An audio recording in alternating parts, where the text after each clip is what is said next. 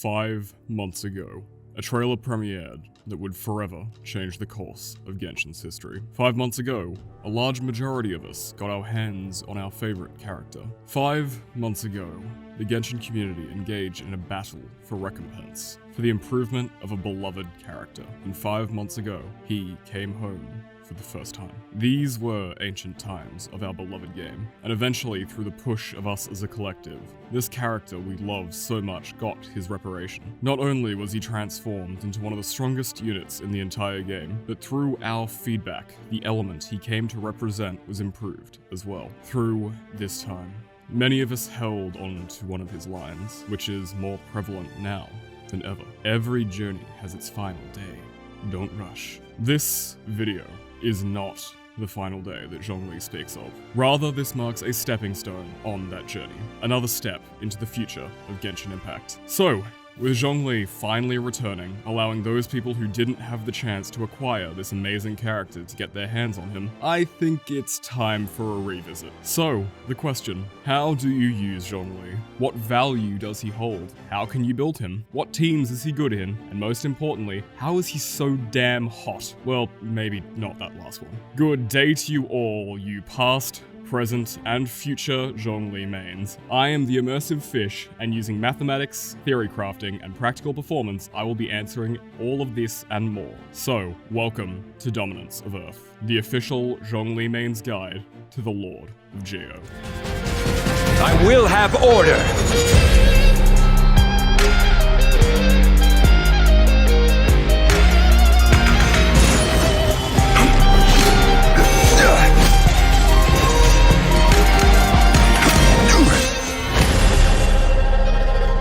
To cleanse the land and defend our safe harbor.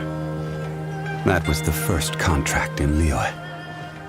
And now, the final contract too has been set in stone. Zhongli is not like most of the characters in Genshin Impact. Rather than specifically filling a niche, Zhongli is extremely flexible, able to fill any role in the game. If you need a DPS, Zhongli can work extremely well. If you need a filler for damage, Zhongli once again stands out as an extremely solid sub-DPS pick. And if you need a more supportive unit, Zhongli brings every type of support a team could need together in one package. He's Genshin Impact's jack of all trades, consolidating every team dependency into a single unit. While yes, he may not have the highest damage ceiling or the best crowd control, Zhongli is still able to clear any content in Genshin with ease. Because of this, while I generally have a rule against 5-star units being considered a must-pull, Zhongli is my one exception, due to his kit. He is, in my opinion, the only 5-star must-pull in all of Genshin Impact, with an asterisk. That asterisk being that he does require a bit of investment to get this value. If you're willing to put some time into farming a good artifact set, leveling him and his weapon, as well as your talents, you 100% should summon for this character. So, now you know that he is good. Let's look at why by diving straight in to the kit analysis. To kick this off, I need to start with Zhongli's Ascension 4 passive, Dominance of Earth. This is the ability unlocked when Zhongli reaches level 60 of 70, and we need to look at this first as it has a pretty major influence on all of his abilities. The passive states that Zhongli will deal bonus damage on all of his abilities based on the maximum amount of HP he has, that being 1.39% of max HP for normal, charged, and plunge attacks, 1.9% of max HP for his elemental skill, and 33% of max HP for his elemental burst. While on paper 1.39% and 1.9% sound like rather small values, there are a couple of things which have to be considered. Firstly, this is a raw damage instance, not an attack increase. This means that every single attack is having essentially an extra instance of damage added to it regardless of its talent scaling. The easiest way to visualize how Zhongli's HP scaling works is to use the effect of Crescent Pike as an analogy. Similar to how Crescent Pike generates its own unique instance of damage, Dominance of Earth essentially does the same. game, creating an instance of damage based entirely on Zhongli's max HP. This instance of damage is then added on to the talent damage already being dealt, before any kind of bonuses or crit are considered. It subsequently means that every single attack, regardless of how large or small its talent scaling is, will have the same instance of damage added to it. I'll be able to show this off a little bit better as we talk about other abilities, so if you're a little confused, I will definitely clarify that as we continue through his kit. Next, it's just that HP is one of the best scaling components of a character's base stats, meaning they gain a lot more of it compared to, say, attack as they level up. As such, a couple of HP percent substats on some artifacts can translate to a pretty significant jump in HP. Following on from that, Zhongli also has the second highest base HP in the game. This enables Zhongli to reach extremely high HP numbers very easily, and as such, even 1.39% becomes a lot when you start considering that even without artifacts, a level 90 Zhongli has 14,695 HP. With Dominance of Earth covered, let's move on to some less complex abilities. Zhongli's normal attacks are good. There's no two ways about it. While the overall talent percentages on these hits are lower than average, they are extremely quick to execute, and every single hit, including all 4 dealt by his spear kick, have 1.39% of Zhongli's max HP slapped onto them. As a result, Zhongli is one of the best physical carry units in the game, just due to the sheer amount of damage his normal attacks can output. When looking at the highest potential combo available for normal attacks, N5 dash cancels come out on top. Due to the high speed and the lingering 5th normal attack, Zhongli can cancel out of the spear kick animation, and it will still have all 4 hits of damage deal damage. This results in an extremely high motion value of 148.23 motion value per second, minus the HP scaling. Taking an average Zhongli stats of 25k HP, each hit basically generates an additional 20% motion value per hit. As such, this means that 148.23% gets pushed all the way to 222.65%. That number is also not taking into account the Crescent Pike, which adds another instance of damage which ignores talent scaling, pushing it up to 222.65 at R1, the exact same amount that HP scaling adds. With everything taken into consideration, Zhongli has the potential to hit extremely hard with the right builds, and can be made into an extremely potent physical DPS. Next up, we have the elemental skill, and this is where some of Zhongli's potential starts to be revealed. Let's start off with the shield, as it's the most important part of this ability. Not only does it have the best scaling of any shield in the entire game, meaning it's basically going to make any team extremely comfortable, it also shreds 20% physical and elemental resistance of all enemies within a decently sized AoE. Other res shred mechanics such as Superconduct, Georesonance, and the 4-piece effect of Viridescent Veneera can also be stacked to further increase your damage ceiling. All in all, Zhongli's shield makes you nigh on invincible, and on top of that also increases your entire team's DPS by roughly 22.2%. Next up, we have the Stele and its Resonance. Solo, this ability adds a decent amount of consistent damage, both on and off field, but its true value comes from its synergy with other Geo constructs created by units such as the Geo MC, Albedo, and Ningguang. With these characters, not only do you gain access to Geo Resonance, increasing your damage holistically, it also enables killbox strategies, allowing you to do a surprising amount of damage with literally no effort. I'll talk a little bit more about Geo Synergy as we go on. Timestamps are in the description, so feel free to jump around to different parts of the video you need most. Along with the 1.3 change, consolidating both components of his ability into the Hold E alongside a Geo Shield breaking mechanic and a solid chunk of Geo damage playing around with this idea, truly becomes an integral part of Zhongli's kit. Each damage dealing component of this ability also has 1.9% of Zhongli's max HP added onto it, meaning the skill's damage ceiling is just raised even further. Zhongli's Ascension 1 passive directly relates to the shield component of Zhongli's elemental skill. Whenever the shield takes damage, the character currently on field will gain an additional 5% shield strength, stacking to 25%. While it isn't the strongest passive in Genshin, I certainly don't mind the strongest shield in the game being boosted even further. Finally, we have the Elemental Burst. And what more is there to say other than it is one of the best bursts in the game? Not only does it have some great nuking capabilities due to its absurdly high talent multipliers, but it can CC large units, it has low energy cost of 40, and a cooldown of 12 seconds, making it easily spammable. Everyone who plays this character knows that it is part of his bread and butter alongside the shield. It also benefits from dominance of Earth the most, adding a massive 33% of max HP to an already insane amount of damage, just to ensure that whatever you're throwing the rock at gets pancaked as hard as possible. To ensure we leave no stone unturned, wrapping up this complete kit analysis, I want to quickly cover Zhongli's constellations, specifically highlighting which are most valuable. C1 is decent, simply giving Zhongli access to a second steel, resulting in some improved off-field damage, energy generation, and it helps to enable some of Zhongli's strongest artifact sets. I personally consider this to be the second most valuable of all of Zhongli's constellations. While it doesn't sound like much, it does a surprising amount to benefit his entire kit. Zhongli's C2 is the best constellation the Lord of Geo has available. It consolidates his elemental burst and skill by creating or resetting his shield when the meteor is summoned. Not only does this give Zhongli 100% shield uptime, but allows him to focus on his steals, increasing the damage ceiling offered even further. Another core consideration regarding C2 is the shield res shred effect actually becomes active before the burst animation finishes. As such, a C2 Zhongli's ult is one of the best openers in the game, dealing great damage, giving you a shield, initiating res shred, and CCing enemies it doesn't manage to take out. C2 is just amazing, so if you have access to it, definitely make use of it. C4 is a really undervalued constellation. Not only does it increase the duration of his crowd control by an additional 2 seconds, it also expands the area of effect of the ult by 20%. This burst already has a rather large area of effect, and as such, this is very noticeable. It's a very understated constellation, mainly due to the difficulty of acquisition, but it is extremely good nonetheless. Finally, we have C6, and unfortunately, it really doesn't add much to Zhongli's kit, just reinforcing the fact having a chunky shield completely removes the need for a healer. I do, however, think the concept of taking damage to heal is kinda fun, but I also want to quickly say, please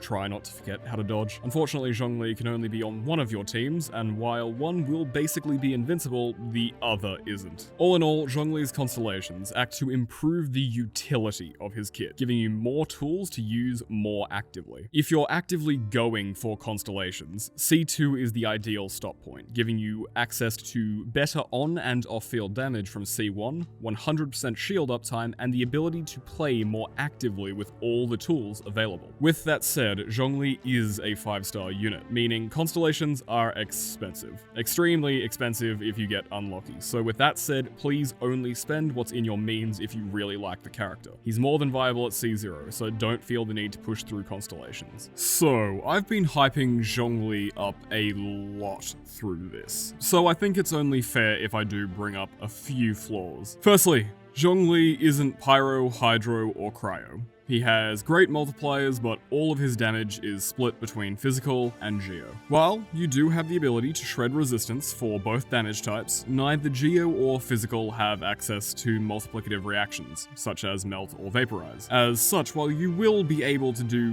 really consistent and strong damage regardless of your build, you won't be seeing anything like a hyper-invested Garnu or Zhao or Diluc or anything like that, because they all have access to reactions. Zhongli also requires a high amount of investment to get as much value from as possible. Regardless of whether you're going for damage or support, your build is going to need good crit ratios, a decent bit of attack and HP, leveled talents, an invested weapon, and some energy recharge. Zhongli essentially scales the same way a carry unit does. To get value out of them, you do have to put some time into grinding gear. Finally, there are a few nitpicks. Zhongli's energy generation can be a bit inconsistent without another Geo unit, and without HP scaling, his multipliers are a little bit lower than I personally would have hoped for. Further, for any build that is looking to use everything that Zhongli brings to the table, you are going to need to invest a lot. Even considering all of this, I genuinely believe that Zhongli's strengths do outweigh his flaws, placing him as one of the 3 most valuable units units in the entire game. Now that we've gone over the CEO of Geo's kit, let's look over a couple of the main points of conjecture regarding him. And to start, let's bring up the discussion of HP percent versus attack percent, to close this one off once and for all. To answer this question entirely comes down to what you want to do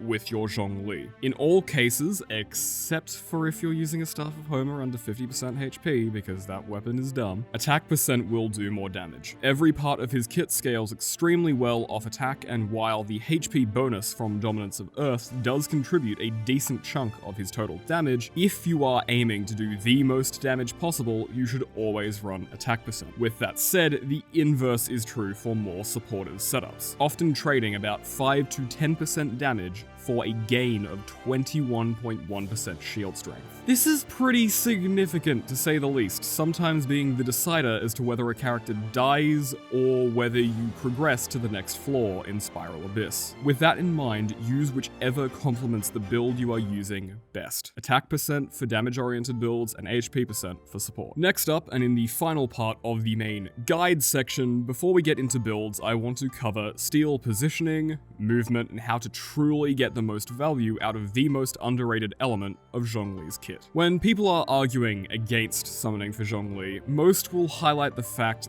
that as far as off-field damage sources go, Zhongli does less damage than Albedo or Fischl. And yes, they are correct. However, phrasing it in that way completely ignores the most unique part of the ability, the resonance. I'll admit, Stele placement is the most difficult part of Zhongli's kit to grasp, but once you do, Zhongli's potential skyrockets even further. To start things off, let's talk about field openers, with Zhongli, as it more or less sets up the rest of this section. Regardless of your build, party composition, or constellation level, where possible, Zhongli's elemental burst is almost always the best option for your team in terms of starting a fight. At the cost of a little damage due to the lack of a shield pre-C2, opening a fight with an elemental burst will eliminate a decent number of trash enemies, will CC any who survive, and will set up a window of time to use your Holdy or Tappy for C2 users. Both cases put a Stele on the field, so learning to work around that Stele will not just improve your Zhongli damage, but also team damage overall. Regarding moving your constructs, you should always look to move your Stele close to grouped targets whenever you can. As Zhongli's shield lasts for 20 seconds, it is possible to move a pillar once per rotation, meaning with 100% shield uptime, you can still be repositioning your Stele. The key just comes down to keeping track of your cooldowns. Shield cast is on a 12-second cooldown, pillar placement is on a 4-second cooldown. Therefore, whenever the Hold E cooldown has expired, you have 8 seconds before you need to reset your shield. Plenty of time to perform a Tappy and reposition your construct. If you are running multiple units with constructs, try to keep them positioned such that there is a little bit of overlap for the resonance pulses to guarantee double damage procs on every pulse. With a couple of constructs on the floor, the damage really starts to climb faster than you may think. So, which construct-based units should you pair with Zhongli to maximize the value of resonance? Well, the most valuable unit for any double Geo team alongside a C0 Zhongli will be the Geo MC. This unit has access to 2 additional constructs through his elemental skill, each dealing solid damage when created and will generate a decent amount of energy on placement. His ultimate also allows you to exceed the 3 construct cap in solo, totaling 7 resonating constructs. This is done by using GeoMC's burst as close to the Stele as possible. If done correctly, this will allow for all 4 constructs to resonate. Once this is done, place the boulders in overlap range to lock down areas which enemies can access to create overlap and deal as much damage as possible. Once your Zhongli passes C1, Albedo does become a significant amount more valuable due to the internal cooldown of his abilities aligning with one of the pillar's resonating pulses. This allows for Zhongli's pillars to trigger Albedo's elemental skill proc the moment it becomes available. Regarding ideal positioning, try to place your Steles approximately at the halfway point between the solar isotoma and the edge of its AoE ring. This will ensure both area coverage is maximized and there is some overlap to generate as much damage as possible. When talking about Ningguang, while Zhongli and Ning do pair amazingly well together, simply due to her having a single construct and something which doesn't deal off-field damage, it is one of the worst options for Resonance, namely due to the fact it is more difficult to set it up in a way that will easily generate overlap. As such, I would highly recommend Albedo or Geo MC in the place of Ningguang if you are looking to maximize Resonance damage. So, the takeaways. Focus on moving your steals whenever possible. Place the constructs such that there is some overlap and try and group enemies together in areas to maximize the damage and increase your total energy generation. If you do all these things, you will notice a pretty significant jump in Steel Resonance's damage. Finally, let's talk builds. There are 3 core sections to this, each with a few different build options, all working towards an overarching theme. These are physical DPS, damage-focused builds, and support-focused builds. I'll be going over baseline numbers for each set, specifically showing those for the best-in-slot variations. With that said, I will also cover alternatives for free-to-play and low-to-play players, as not everyone will necessarily have access to certain weapons. Before we get into those though, let's talk about how I actually calculated these baseline numbers. Zhongli and his weapon are both leveled to 80 out of 80. Zhong himself will be C0 with level 7 talents across the board, and his weapon will be R1 for gacha and battle pass weapons, and R3 for any craftables used. As usual, the artifact sets used will be shown on screen alongside the artifact main stats. All substats in this case have been discarded, as these are only baseline numbers designed to give you essentially a floor to work towards. Regarding crits, I'll be reading out crit numbers, and graphs will be on screen showing both. So, with that out of the way, let's dive right in to the build details. Physical Zhongli is the ideal place to start when discussing builds for a couple of reasons. Firstly, Zhongli can utilize the new physical damage focused Pale Flame set extremely well, and secondly, of all the builds, this is without a doubt his most free-to-play friendly version. This is due to the best-in-slot weapon for physical Zhongli being available through crafting. At this point, it's pretty well known that the Crescent Pike is rather incredible on the damage front. It has high base attack, it provides additional physical damage bonuses, and its effect straight up increases the motion value of its user by a pretty sizable chunk. Because of this, every physical damage build was calculated using this weapon. The value just can't be looked past. That said, there are other alternatives if you do want to get a little bit more out of the rest of your kit. Homer, of course, being the next best option, followed by Jade Winged Spear, Vortex Vanquisher, and Dragon Spine Spear. That being said though, physical builds do just benefit so much from this free weapon, it's really hard to recommend anything else. Artifact main stats are going to be surprising no one, as we are running attack percent sands, physical bonus damage goblet, and a crit circlet, depending on your personal ratios. For substats, you mainly want to be aiming for the crit duology, as well as attack percent and HP percent, as these substats have roughly equal value. That's then followed by energy recharge to improve ult consistency. If possible, try to avoid defense of any kind, flat stats, and elemental mastery, as none of them really benefit Zhongli. So, let's get into a few different setups. Starting off, we have the best possible scenario for a pure physical DPS. The 4-piece Pale Flame set is essentially the original 2-piece Bloodstained, 2-piece Gladiators on steroids. It gives an identical 18% attack boost while providing an extra 25% physical damage bonus over the previous best setup. The numbers solidly reflect this performance when the 4-piece bonus is active. Each N5 dash cancel combo hits for 61,649 physical damage if everything crits. This damage is mainly derived from the Spear Kick, making up a whopping 26,556 damage, as it is the most vital part of the combo. Looking at the rest of his kit, Pillar Placement is hitting for 1,269, Resonance for 1,923, the Shield Cast for 3,886. Finally, the big Skyrock is still hitting pretty decent numbers on our raw baseline, coming out to 29,888. On paper, these numbers sound really good, and they are. This is the highest potential baseline of any physical Zhongli, but this is relying on the 4-piece effect of Pale Flame. Not only does this mean you have to farm a brand new artifact set, but it also means you'll actively have to think about your steel positioning and uptime in order to keep the effect active. So, because of that, let's go over a few alternatives. This next build is the most consistent of the physical options, as it requires no setup to benefit from what it offers. With 2 pieces of Bloodstained Chivalry and 2 pieces of Pale Flame, your Zhongli will permanently have an additional 50% bonus damage without having to fulfill a condition beforehand. While yes, you do lose out on 18% additional attack, it does mean you can play a far more streamlined playstyle, focusing specifically on just normal attacking until the enemy you're fighting dies. Number-wise, it isn't bad either.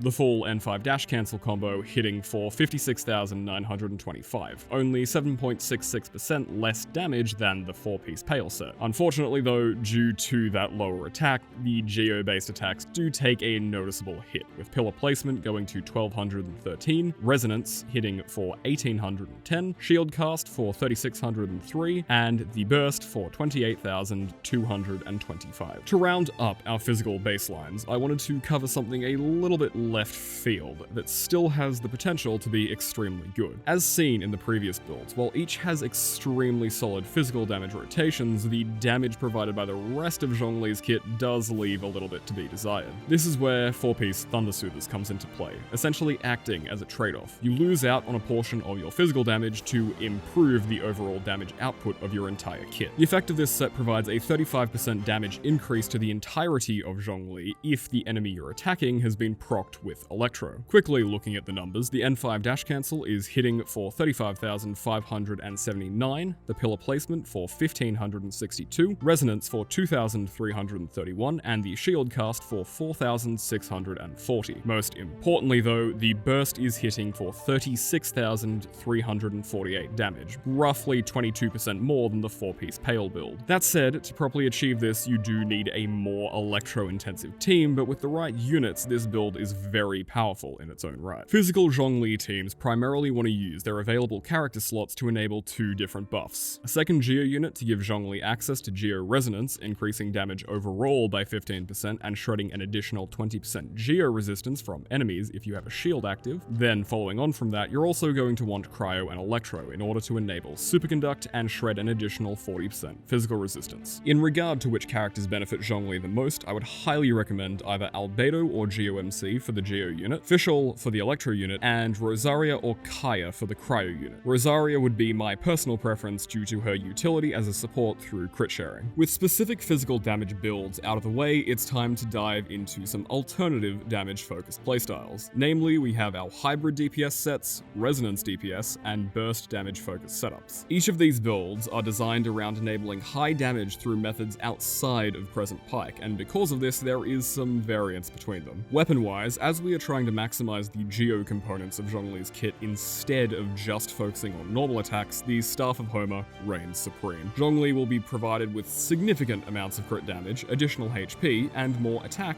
based on your HP investment. With that being said, the other damage-oriented 5-star weapons such as Jade Wing Spear and Vortex Vanquisher are also solid options. That being said though, as 5-star weapons are harder to gain access to, there are also a couple of 4-stars which will make the most of these build types. Deathmatch is a fantastic crit stick, lending itself to this playstyle due to its ease of use and the passive effect. Second, the F2P option. The Blackcliff Pole. While both are relatively competitive with each other, it will more come down to your substats and whether you actually have them. While Lithic is also an option, due to the restriction of choice in team members, unless you have high refinements for it, I would personally avoid it. Once again, I would suggest aiming for crit rate and damage, attack percent, HP percent, and energy recharge substats. With that said, let's jump straight into the hybrid DPS setups. Hybrid builds are set out to do one thing: maximize everything Zhongli has to offer. As such, while these builds are not necessarily the best at any one thing, they are able to make better use of Zhongli's kit than any other build commonly run. So, that's what a hybrid does. How do you build it? There are 2 artifact sets which complement this playstyle best. One focused more on physical output, running 2-piece Pale Flame or 2-piece Bloodstained, as well as 2-piece Archaic Petra, alongside a physical bonus goblet, to get a bit more of a bonus from those hits. This is then followed up by the more holistic package, which I personally recommend. 4-piece Pale Flame alongside a Geo bonus goblet to do a decent amount of physical damage alongside high resonance and burst damage. Artifact main stats are attack percent for the sands, crit depending on what you need, and of course Geo bonus goblet or physical bonus depending on which of the 2 builds you decide to go for. As I personally think the 4 Pale set is the best option, I will be going over that one now. So, moving on to those numbers, we start with normals, and due to the loss of Crescent Pike, we do see a a pretty significant damage loss, totaling 23,081 damage for the N5 combo. This is, however, redeemed, as through the Geo attacks we are dealing 2,823 on Stele placement, 4,274 per resonance tick, and 8,649 on the shield cast. This is followed by a substantially improved 66,479 on the elemental burst. Next up, we have resonance DPS or Geo DPS. The goal of this one is to do as much resonance damage as possible without sacrificing meteor damage. From this point forward, the builds are directed entirely towards the Geo side of Zhongli's kit, and as such, I don't really see any point going over physical numbers. With that said, resonance DPS runs an unconventional setup. 2-piece Glad for 18% additional attack, and 2-piece Archaic Petra for 15% Geo bonus damage, as this is the way to maximize the output of Stele resonance. Artifact main stats are as expected: